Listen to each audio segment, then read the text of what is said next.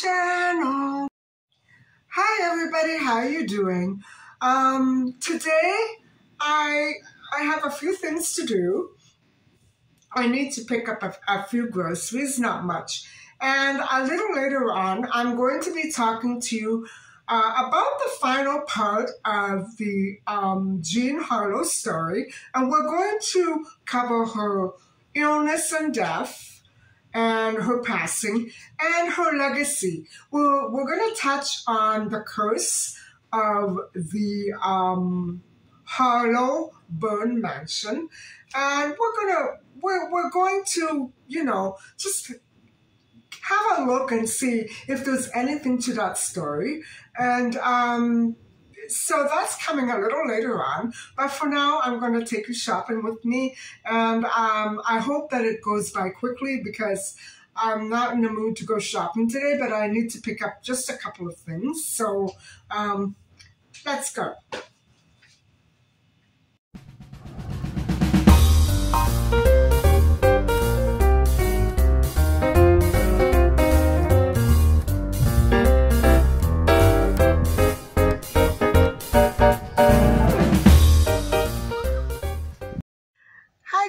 Here I am at the store. I'm about ready to jump out and go and pick up a few groceries. I'm not sure when exactly I'm going to be having that talk with you about Jean Harlow. I may have it on the road. I may go back home first. It depends on how long it takes me to get done here. And so, okay, so let's go in.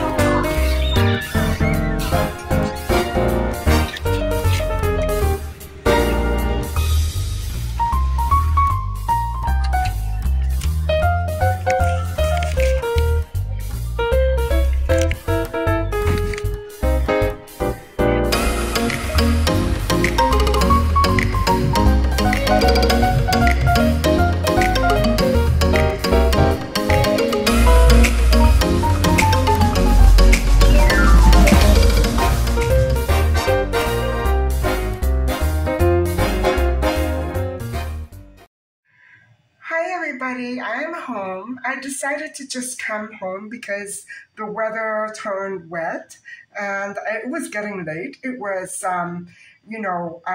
getting past 6. It's now past 7. So I just decided to, tell the rest of my story or tell my story now. And so I'm going to show you my haul and then I'll put them away and let's go have a look. So I did go to Walmart and I picked up a few things. These are just a handful of things that I was running out of, and I need more of this. And I did manage to find both of the types of potatoes that I normally cook with. And then I remembered that I needed plant food for my plants. And I decided to get some more plant-based cheese in case I want to make another pizza. And I actually didn't find the lentils, so I just got 1 can of red beans, and I got some more of these because, I don't know, they do help me sleep, but sometimes, when I have the air conditioner on, I get really stiff, and especially sitting and responding to many people's comments, which I love to do. But with the air conditioner turned on, it really It's not good for my back. And so I picked up another package of those. And then I needed some coffee creamer.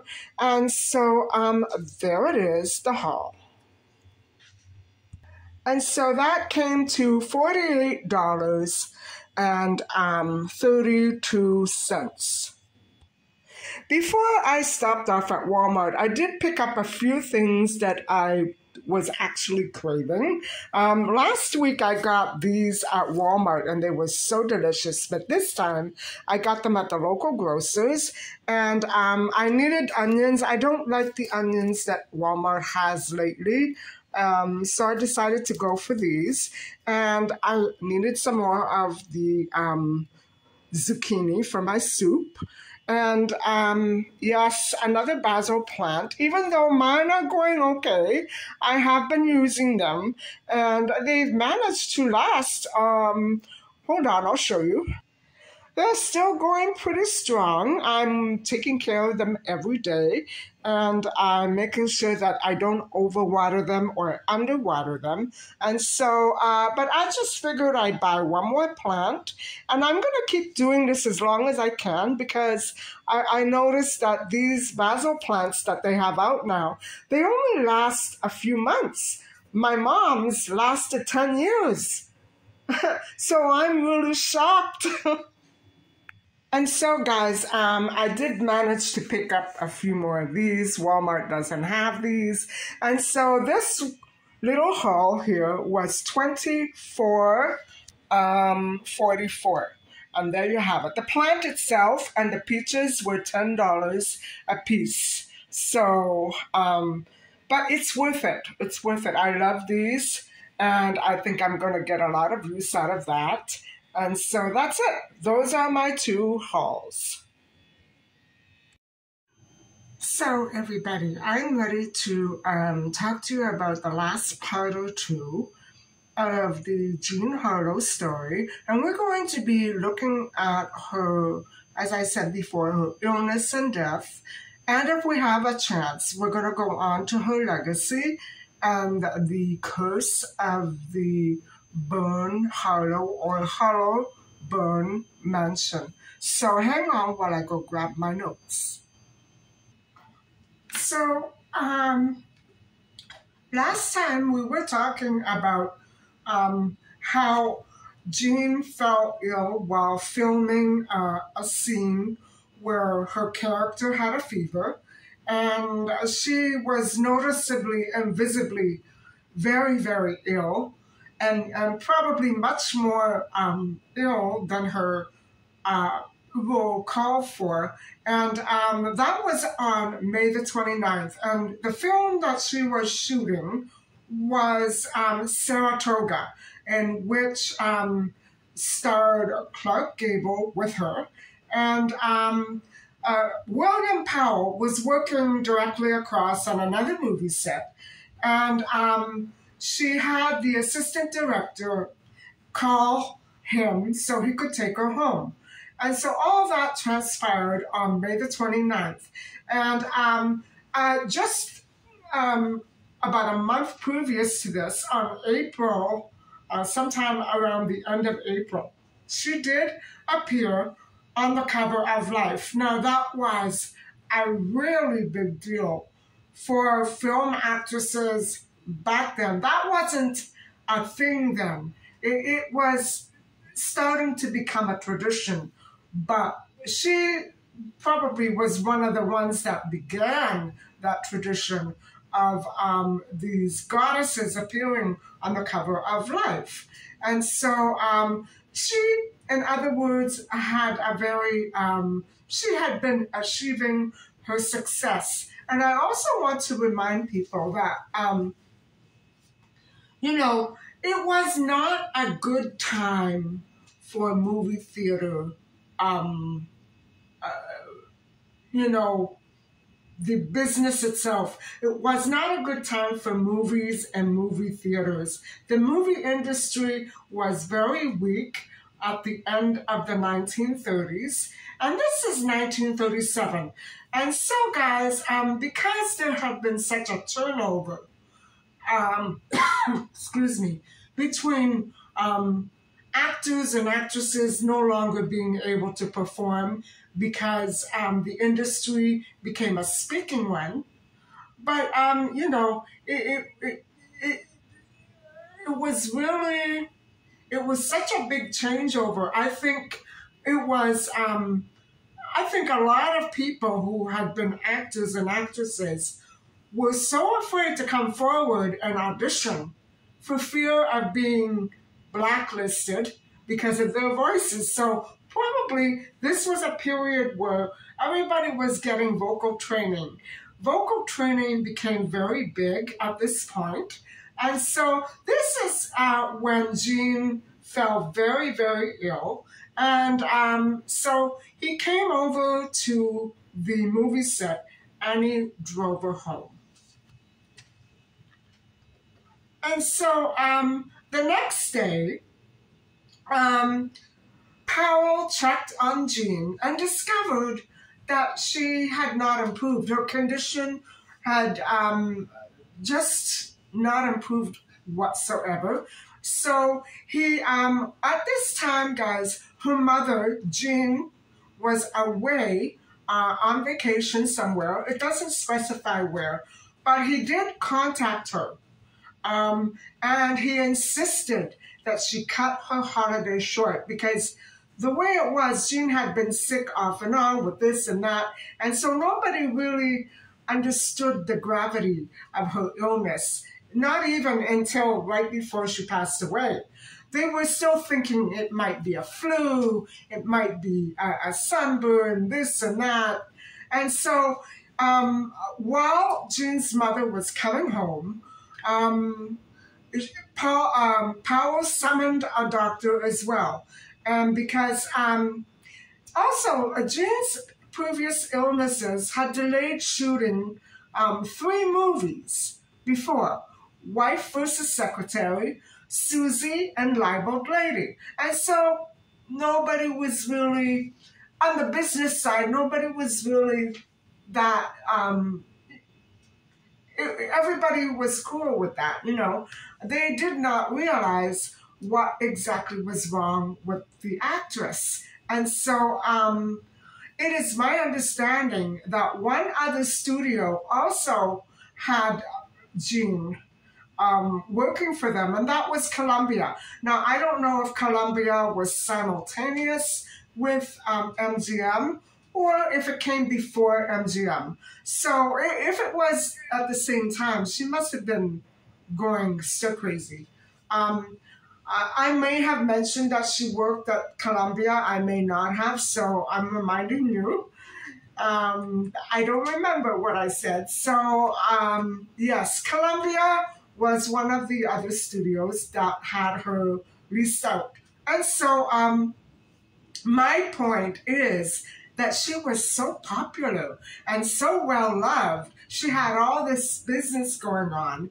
And she was the one actress, or one of the very few actresses, who did manage to keep MGM financially afloat. And so not much later, on June the 2nd, Jean was known to be suffering from the flu, and was also, she had been on first examination diagnosed with maybe an inflamed gallbladder. So mom told MGM that Jean was feeling better on June the 3rd, 3 days before she actually passed away. And so Jean likely was feeling better because she had all this attention, medical attention, and, you know, she was well loved. At least she was self-confident in that. Maybe she was not so much loved by Mayer, but she at least was consoled by that fact. And so what happened was the co-workers and the directors and the producers, they were all waiting for her to walk back onto the set on Monday, June the 7th, 1937. And press reports were very contradictory indeed. Some of the headlines read, Jean Harlow, seriously ill. And others read, Harlow recovers from illness crisis. Well, no, she did not. Jean did not return. And a concerned Gable visited her and remarked that she was very severely bloated. And I mean, from the week before, something was visibly very wrong. I don't think she was that much of a eater. This wasn't weight. This was water retention, and it was toxic, guys. So when Jean did not return to work, a very, the concerned actor, Clark Gable, called Dr. Chapman. And why? Because when Clark Gable leaned over to kiss Jean goodbye, or hello, one or the other, or maybe both, he did sense an odor of urine, but not from her or her bed or her clothing, from her breath. And so that is a very sure sign of kidney failure. And so Dr. Chapman gave a second opinion and recognized at last that she was not suffering from an inflamed gallbladder, but she was actually within the final stages of kidney failure. And guys, in those days, not only was there no antibiotic yet available on a regular basis, but there was no such real thing as chemo or radiation therapy, anything like that.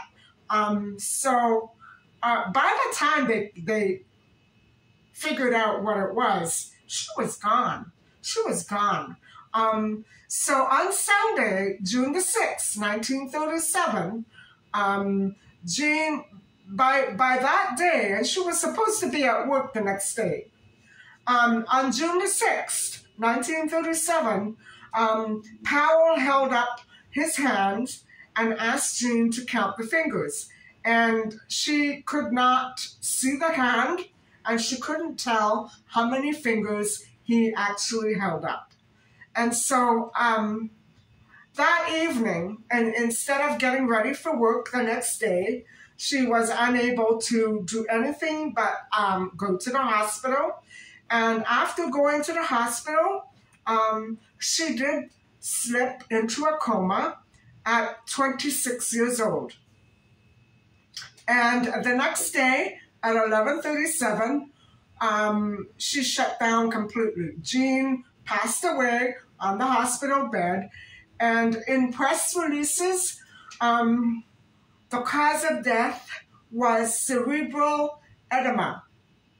That means it had to do with the brain, and a complication of kidney failure together. So hospital records do mention uremia, and it's such a sad thing. She was only 26, guys. She was so young. And but that is how it was back then. And so for years, guys, after she passed away, rumors did circulate about her death. Some claimed that her mother refused to call a doctor because she was a Christian Scientist, or that Jean declined hospital treatment or surgery. But no, from the onset of illness, Jean had been attended by a doctor on the set and while resting at home. 2 nurses had visited her home, and equipment was bought from the hospital. So those rumors were not really that true. It probably was a combination of something else that she may have picked up, and you know, the symptoms mimicked other things. And so she kept recovering and recovering. But finally, in the end, there was nothing left for her to recover from. And so Harlow had a grayish complexion and recurring bouts of illnesses. And she also had a severe sunburn, which were all signs of kidney disease. So what happened was that toxins very adversely affected her brain and her central nervous system. Now, whether it was caused by things that she had earlier in her youth, or whether it was something else, we don't know. Jean did suffer from scarlet fever when she was 15, when she went to camp, and there was speculation that she suffered an infection after that. Maybe something else was going on that we don't know about. Maybe she had surgical procedures that we don't know about that may have caused high blood pressure and an onset of eventual kidney failure. But her death certificate listed the cause as acute respiratory infection, acute nephritis, and uremia. So, in a time where toward the late 30s, the movie industry was quite declining, it was Jean who did keep all of these various studios afloat when they needed her. It seems that every time somebody needed a quick fix, Jean was right there, ready to take over. Well, some people actually thought, and I can see how they may have mistaken it, that her symptoms were due to excessive drinking. Now, she was, in her younger days, a heavy drinker. I doubt that she was drinking heavily when she was acting. She would not have been able to function. Jean was reportedly sluggish and tired and not feeling well, and probably fluffed some of her lines. We don't know. She has been described as being an absolute professional and a genius. So I'm not sure. Most likely in the last week of her life, it definitely was showing. And so it would be very bold to say that her hair dye was responsible for her death. Well, uremic poisoning does bloat you. It does do things to your memory and your mind. It does affect you in ways like that. And Jean had also contracted polio, meningitis, all before 16. Besides the scarlet fever, she had pneumonia, an appendectomy, multiple flus, and a very bad reaction to teeth extraction. And as her death came closer, Jean's hair began to fall out. So that's why I say it would be careless to just simply write it off and say hair dye was responsible. It may have played a role. As her medical history does read like a good tragedy, it could have been a combination of many things. Chlorine gas inhalation from the hair chemicals does cause kidney damage, in lab rats at least. And I'm sure they didn't do Jean any good either. She had to do this ammonia chlorine dye on a weekly basis, and I'm sure it made her very, very sick. Maybe she got worse after the last one. And so combined with the scarlet fever leaves your kidneys damaged, and because there was no antibiotics for it. And so combined with scarlet fever and alcohol, Jean's exposure to ammonia and bleach every week could have very well played a role in her eventual, although it seems sudden. She was really on the inside, guys. She was really, really ill. I don't know how she hid it. Scarlet fever is a rash that develops all over the body of someone who has strep throat. And it is always usually accompanied by quite a fever. And so today, strep throat is very easily treated with antibiotics. But in the 20s, the use of antibiotics was very unavailable until at least the 40s. And so, especially to treat something like scarlet fever, it was a very serious infection that merited quarantine notifications on the doors of those who were infected. So it was a pretty serious thing. And she just recovered. She didn't just recover, though. On the inside, she was not recovered at all. On the outside, she was recovering, but no, she was very ill. And so MGM said on the day that Jean died, they said, baby died. There wasn't one sound in the commissary for 3 hours. And Spencer Tracy wrote in his diary, Jean Harlow died. She was a grand girl. And there are so many people who thought the world of Jean. And so Jean Harlow was interred in the Great Mausoleum at Forest Lawn Memorial Park in Glendale in a private room of multicolored marble, which William Powell bought. Wow. And so she was laid to rest in a pink negligee that she'd worn in Saratoga, I guess to commemorate the fact that she never got to finish the picture. It was almost finished. And in her hands, she had a white gardenia along with a note that Powell had written, "Good night, my dearest darling." And Jean's inscription on her crypt reads, "Our baby." That is very sad. And so, on the business side, MGM planned to replace Harlow in Saratoga with either Jean Arthur or Virginia Bruce. But because of public objections, the film was finished using 3 doubles for the close and long shots. So, Paula Winslow dubbed Harlow's lines. And so, now Natalie Wood, the same thing happened to her. She went missing underwater and she was never found, and they had to complete her last film without her.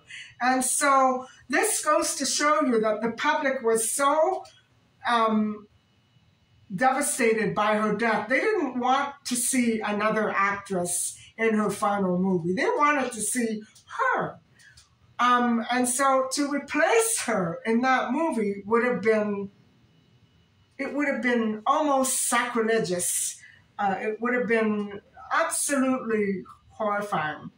So the film was eventually released on July the 23rd, 1937, not long after Jean passed away. And it was a hit with audience, and it grossed, guys, $3.3 million in worldwide rentals, and becoming MGM's most successful film of that year, as well as the highest grossing film of Jean's career. So they weren't out of love with Jean. Maybe film critics didn't appreciate her that much, but the public loved her. And so I think we're going to stop here. I'm kind of upset. I don't want to go on right now. The next time that we talk about this, we're going to talk about the legacy of Jean Harlow and, everything that came after she passed away. So I hope that you have enjoyed listening. Thank you very much for watching. And please don't forget to like and subscribe. Bye for now.